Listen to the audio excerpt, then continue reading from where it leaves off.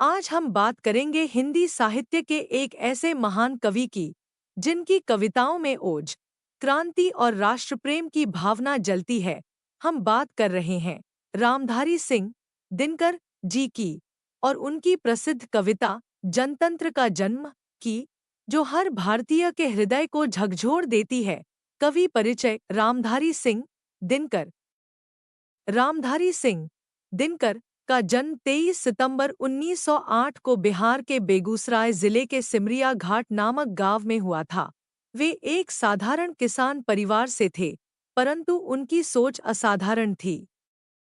उन्होंने इतिहास विषय से स्नातकोत्तर की डिग्री प्राप्त की और शिक्षा से लेकर प्रशासन तक कई क्षेत्रों में काम किया।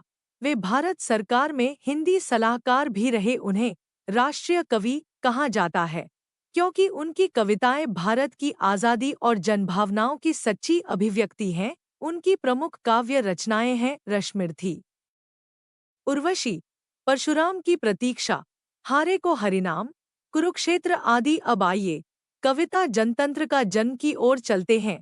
यह कविता केवल शब्दों का समूह नहीं है, बल्कि जनमानस की पीड़ा, संघर्ष और एक नए युग की दस्तक है। सदियों की ठंडी बुझी राख सुगबुगा उठी, मिट्टी सोने का ताज पहन इठलाती है। दो राह, समय के रथ का घर घर नाद सुनो, सिंहासन खाली करो की जनता आती है। कवि कहते हैं कि सदियों तक दबी हुई जनता अब जागने लगी है। वह मिट्टी अब सोने का ताज पहनकर गौरव के साथ आगे बढ़ रही है। समय के रथ की गूंज सुनाई दे रही है। एक नए युग की आहट है। अब शासकों को अपने सिंहासन छोड़ने होंगे, क्योंकि जनता का शासन आने वाला है। जनता, हाँ, मिट्टी की अबोध मूर्तें वही, जाड़े पाले की कसक सदा सहने वाली। जब अंगंग में लगे सुई सी चुभने, तब भी न कभी मुंह खोल दर्द कहने वाली। यहाँ जनता को मासूम मिट्टी की मूर्ति कहा गया है, जो सर्दी, दुख और शोषण सहती है, पर कुछ नहीं कहती।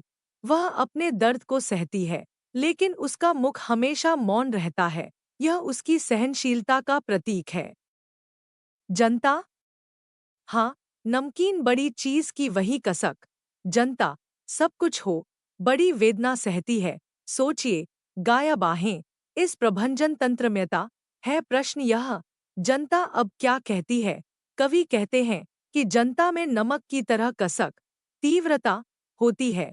वह सब कुछ सह लेती है, लेकिन जब सहने की सीमा पार होती है, तब वह चुप नहीं रहती।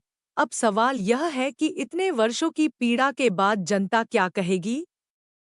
माने, जनता हो फूल जिसे एहसास नहीं, जब चाहे तभी तोड़ा रचा लो दोनों में। अखबार कोई छुभूतिया जिसे बहलाने के, जनमन समर्पित हो चार खिलौनों में। कवि व्यंग्य करते हुए कहते हैं कि शासक जनता को एक खिलौने जैसा मानते हैं। जब चाहा, उसे उपयोग किया और फिर त्याग दिया।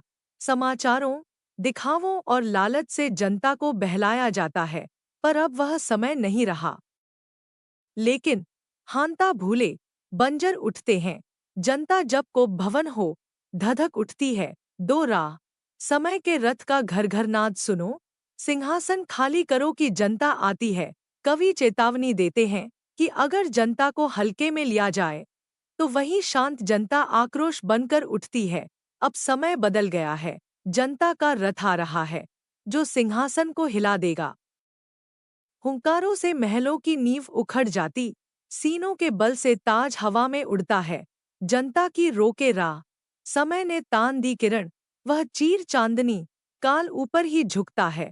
जनता की हुंकार इतनी शक्तिशाली है कि महलों की नींव तक हिल जाती है। उसके साहस से ताज, राज शक्ति, हवा में उड़ जाती है।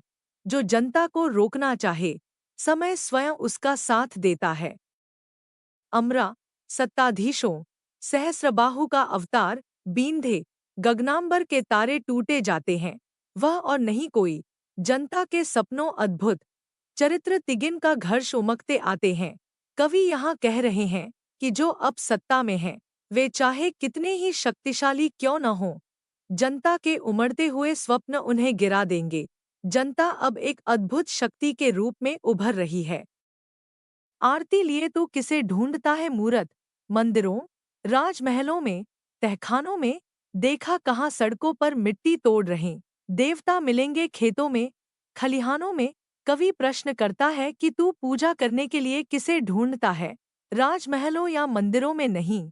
असली देवता तो खेतों में, मजदूरों और किसानों में मिलते हैं, जो राष्ट्र की नींव हैं।